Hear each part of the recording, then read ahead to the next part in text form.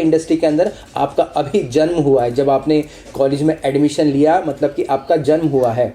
और जब आप पहले ईयर में हो तो आप सिर्फ 1 साल के हो।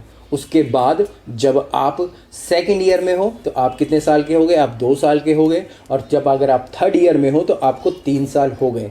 और 3 साल के अंदर किसी भी एक नॉर्मल बच्चा जो पैदा होता है उसे कुछ समझ नहीं होती है। जब हम एक इंडस्ट्री में या हम लगभग 5 साल के हो जाते हैं और हम लोग फर्स्ट में आ जाते हैं, तब जाके चीज़ें हमें समझ आती हैं।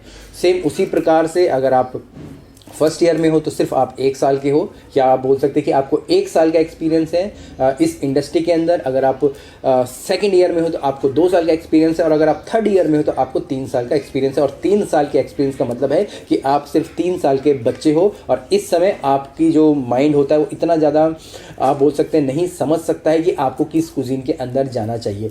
सिंपली आपको यहाँ पे जो भी आपके कॉलेजेस के द्वारा पढ़ाया जा रहा है आप उसको ही फॉलो कीजिएगा, जो भी बेसिक्स सिखाए जा रहे हैं, क्योंकि कॉलेजेस के अंदर आपको इंडियन के भी बेसिक्स सिखाए जाएंगे, आपको कॉन्टिनेंटल के बेसिक भी सिखाए जाएंगे, आपको प्रैक्टिकल्स भी सिखाए जाएंगे, चाहे इंडियन हो, कॉन्टी हो, चाइनीज़ हो, सब तरीके के आपको जो बेसिक्स सिखाए जाते हैं।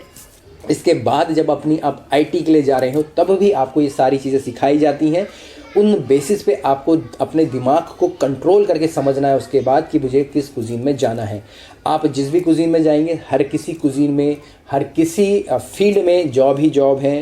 आप बोल सकते हैं कि भाई आपको कहीं भी जॉब मिल जाएगी, चाहे आप किसी भी कंट्री में जाना चाहें, चाहे आप इंडियन कर रहे हो, कॉन्टी कर रहे हो, पर डिपेंड करता है कि आपका किस फील्ड में इंटरेस्ट है।